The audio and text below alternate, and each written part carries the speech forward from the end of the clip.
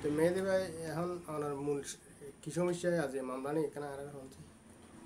মামলা নিয়ে নুর হোসেন জিবি আছে ইবে আর 300 টিকা স্টামত রাজিবুল কাদের চৌধুরী যিনি 2 নম্বর আসামি এই মামলার ইতেল্লাই একান চুক্তিপত্র গজি বাড়াটি চুক্তিপত্র ইনি যে মামলা গান গজি এখানে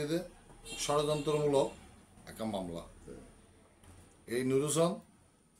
আওয়ামী লীগের দূষর এবং আর পরিবারের সুড়ো করি বেল্লাবরি আর হরানিমূলকভাবে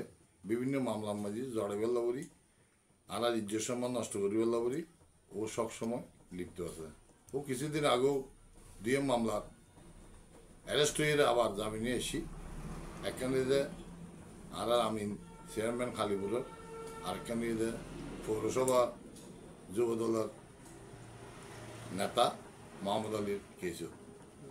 তো আই সুদৃষ্টিতে এই মামলাগান সুষ্ঠু তদন্তের মাধ্যমে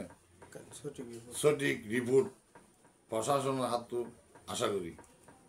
আর বিশেষ করে এই নুর হোসেন ও ইতার দূষরেরা আওয়ামী লীগের দূষরেরা এই ষড়যন্ত্র বারবার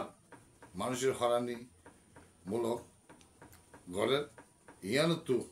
প্রশাসনের আবারও অনুরোধ জানাই এই মিথ্যে ষড়যন্ত্র সঠিক যাচাই বাছাই করিয়ে এই মামলার সঠিক রিপোর্টটা চাই। ধন্যবাদ।